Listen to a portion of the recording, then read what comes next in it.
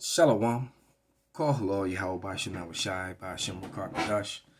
Double honors unto the apostles and the elders. Salutations to all my fellow laborers doing this work in truth and sincerity, risking their lives and their freedom to do so now more so than ever. To the scattered elect that are scattered around the four corners of the earth, that be like unto the speckled bird, the Israelite foreigners, and to the Aquath that are listening and learning. To you, I say Shalom. This is your brother Malcolm from the branch of the Great Millstone here in Chicago, coming at you with another lesson in truth. And this is going to be part 3, Vail removed, Oliver Cromwell.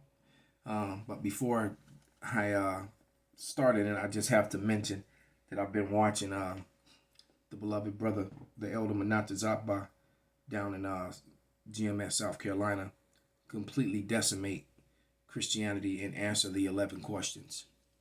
And that how it put the spirit on me to go into to my old channel, the GMS Maccabean Spirit, and I found an old video from 2018 where I asked 7 questions to all Christians,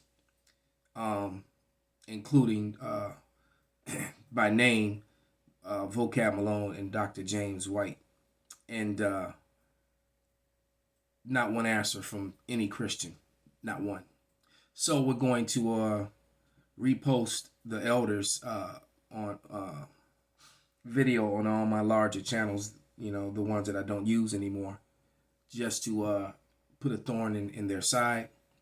And then I'm going to Yahweh Ratazah, do these things. And then I plan to play that video of my several questions and do a commentary on it and expound upon it through the spirit of Yahweh Bashem Awashai, and attach it to his video where he completely has decimated those 11, answered the 11 questions and decimated Christianity. All right. And the video is beyond informative. So you can clearly see that Christians has used the Bible basically as a weapon to control the people. And now that Esau, Edom has been found out and discovered, it's just like this lie here. Looking at Oliver Cromwell, said he was born April 27th of 1599 and died on September 3rd of 1658. And this was during the height of the Renaissance, during the height of the rebirth of the so-called white man. The Borgias had already reestablished and gained control over the Catholic Church and began to, put themselves in there. And not long after that, there was a new royalty, a new royal family, was brought forth. But here it says, when Oliver was 18, his father died, and he had little money and a large family to look after. He had to sell the land and rent a cheaper farm. In 1630, he became a Puritan, and an uncle left a large house and estate. He became a wealthy gentleman. Well, and so that's a complete and total lie. And Salakia for the noise in the background. There's some work being done in the basement there. So Salakia for that. But when you I'm reading this book right here, Oliver Cromwell. All right, New Perspectives. I said this book was gifted to me. This was an $800 book.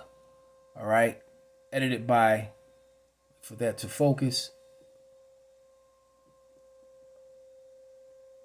Patrick Little. There it is. It's edited by Patrick Little, and basically he tried to steal his uncle's wealth. He even had his uncle. He went and declared to the courts that his uncle was insane, just so he could try and commandeer his wealth. And he ended up getting his uncle's wealth and everything anyway. But by Esau, Edom, their turncoat would do anything for power, money, and wealth, even to their own blood, their own people. All right. But I'm going to start reading in this on page 38. All right. And it says, you're right, Esau was taken over, Revelation 20 and 3. See, I'm using pencil and not ink in this book. In 1 Maccabees 8 and 15, we're going to read that. But it says, informal parliamentary activity in the mid-17th century is a huge, ill-defined, badly documented subject.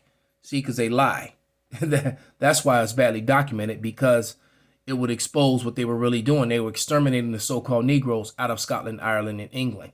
All right, and accommodating, not accommodating, but what's the word? They're commandeering everything into their possession.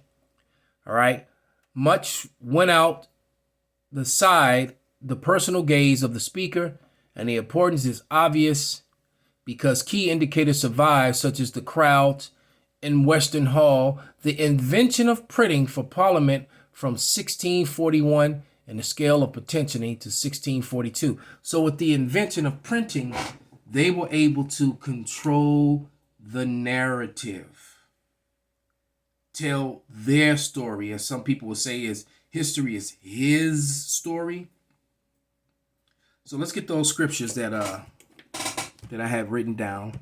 Revelation 20:3 was one, and it reads, "And cast him into the bottomless pit, and shut him up, and set seal upon him, that he should deceive the nations no more, till the 1,000 years should be fulfilled. And after that he must be loosed a little season." And see, this was the time when the so-called white man Esau, Edom, was loosed after the Dark Ages. Because you got to remember, the Dark Ages was called the Dark Ages because dark people were ruling. All right? That's why when you go to the relics, which we're going to present some evidence, when you go to the relics that predate medieval the Renaissance period, what you learn to find is that the images of the saints and God and Jesus, is according to them, you'll find that they're all Negro featured, dark skin, woolly hair, maybe curly or wavy hair, but dark fleshed people. All right, and then all of a sudden, during the height of the Renaissance with Michelangelo and Leonardo da Vinci, all of a sudden, everyone started looking like Oliver Cromwell. All right, and even here they couldn't tell you the truth about him, because they make him out to be a hero. But what he was to them, because he was basically the same. He was an Andrew Jackson of his time. He was exterminating and getting rid of the vermin. You know how Andrew Jackson was clearing out all the natives out of the southeast, out of Florida, and making ways so that white people can come in and own and have the land, the best of the lands. Well, Cromwell was doing the same thing in his time period. All right, but these Edomites are always at each other though, because they get greedy. So the other scripture I had was First Maccabees 8:15. So let's go see why I wrote that down. 8:15. And it reads, "Moreover, how they made for themselves a senate house, right, wherein 320 men sat in council daily, consulting a way for the people, to the end that they might be well ordered." And basically, that's Esau's way of doing things, which is completely and totally ungodly. All right, and then the thing is that those people are never going to agree. Someone is always going to have a hunger for power or a thirst for control over something. All right, when you get a group of men together, and they were basically mimicking what their forefathers did. All right, from the time of the Greeks, when Alexander's 4 generals got control over Greece, and then that's the sort of rule that they used. But they were always backstabbing and at war with each other and harming each other. When they ran out of heathens to kill and destroy, they kill and destroy each other. All right. This is page 39 in the same said book. And this is the bottom paragraph. And it says, "A spectrum of opinion on each of these topics can be found in the recent biographies. Most authorities treat Cromwell's time in Parliament, see that Parliament, that's what we were speaking about, before the outbreak of Civil War in August 1642. A single entity, although one commander seized May 1641, a marketing downgrading in Cromwell's standing in the House as much forsake the management and narrative as for making a contemporary political milestone. This study will consider initially the so-called first session of the Parliament from November 1640 to September 1641. And then the period from October 1641 to August 1642, when Cromwell left London to organize an armed resistance in Cambridge to the king within. And guess what? That was the same. Even though a lot of this was these rebellions were to get rid of the people who supported, or the pale males who weren't actually Edomites, who had Negro forefathers, because those were the last ones that he was exterminating out of Ireland, Scotland, and England. Because you have to understand, during the time of King James and all the secession that came after him, all right, before and after him, you know, from like Robert the Bruce, because they'll show you these movies and always show them as white people. The so-called white people, the Edomites that were not up in the caves at that time, they were low in society. They were serfs and servants, and their women were concubines and handmaids and things of that nature. All right, and that's just the truth. But they like to skip over their history as if it did not happen, and it did. So, you know, so basically, this also was revenge. This was revenge for that 1,000-year period of being put down and the destruction of their precious Rome, because Rome was their wicked baby. All right. And then from Rome, they got brought to a no people, you know, living in the caves like caveman, grunting and shit. You know, they got brought down low. Same way the Lord brought down Nebuchadnezzar. All right. But they also were often at war with one another. It still doesn't change that fact. So let's go to 1 Maccabees 7. And I'm going to read 1 Maccabees 1, 7 through 10, Salakia.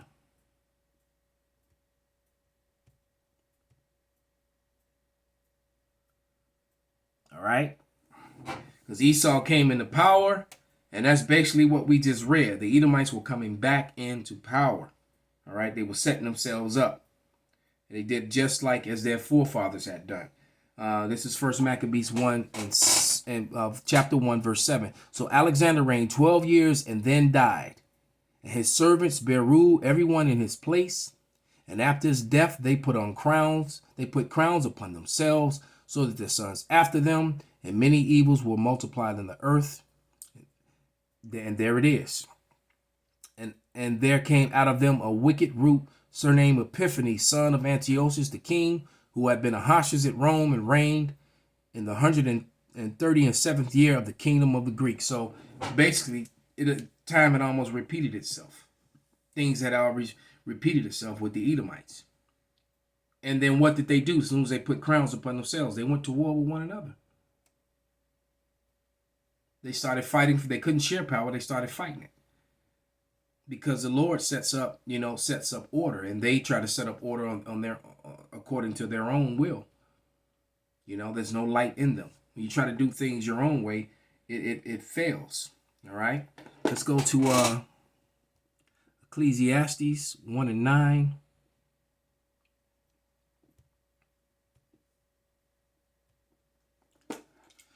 And it reads, the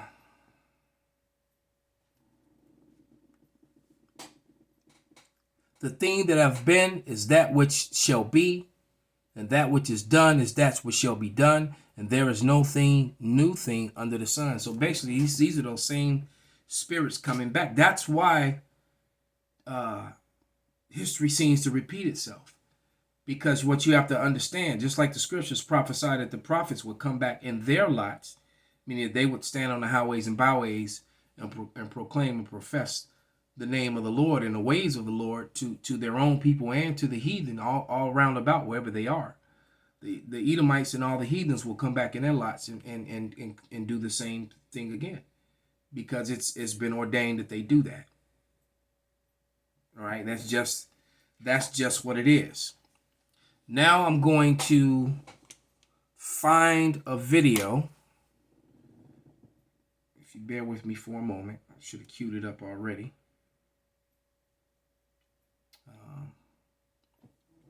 So let's see.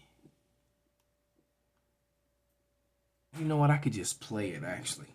I don't have to show the video. I could just play it. You can hear. Let me find it.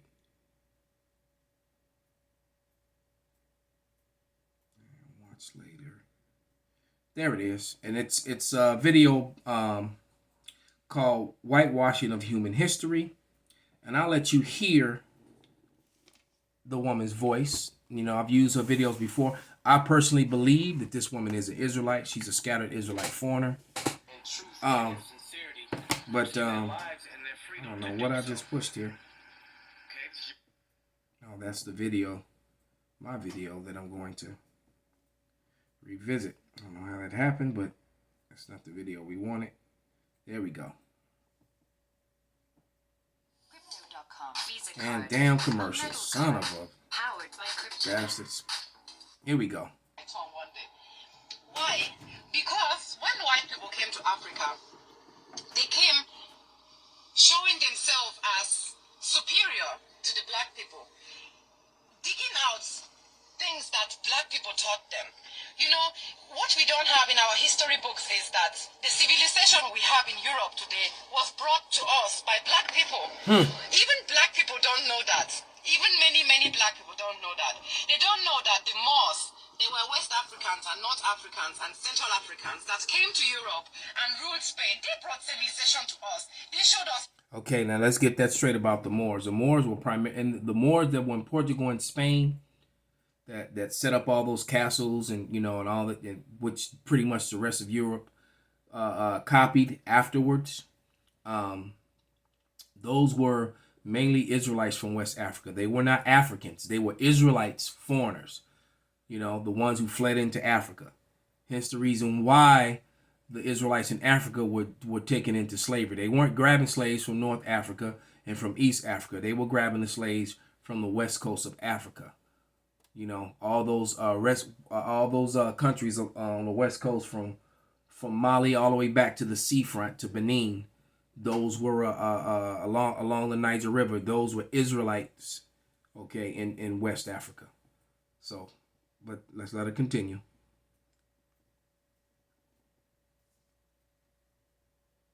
How to use soap, how to be clean, how to...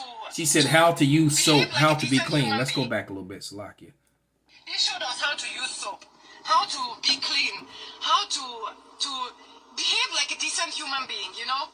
All these things we didn't know that before. And they're showing images, let me pause it. And they're showing images of Moors with their white women and concubines, actual images from the 6th, 7th, 8th century and things of that nature. They're actually showing them. All right? They're showing you those because you got to remember, Israelites ruled all of Europe from the fall of Rome up until the Renaissance. All right? And that's where Cromwell comes in to remove those Negroes from power and out of there. Spain. Did you know that the Moors ruled in Spain for 700 years? Where is that in our history books? It's nowhere to be found. Because why? If you are giving black people that power of having once ruled over white people, wouldn't black people start like kind of questioning, oh, we were once at that point of having such a power in a white man's country over white people, and where are we now?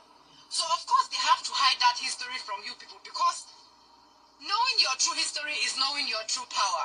And knowing your true power means you will break out from that system of racism as much as you can, because you can't. If white... Well, yeah, you can't break out on your own, because you can't get from under Esau unto the Lord takes you from under them. But I'm just going to read from this book right here.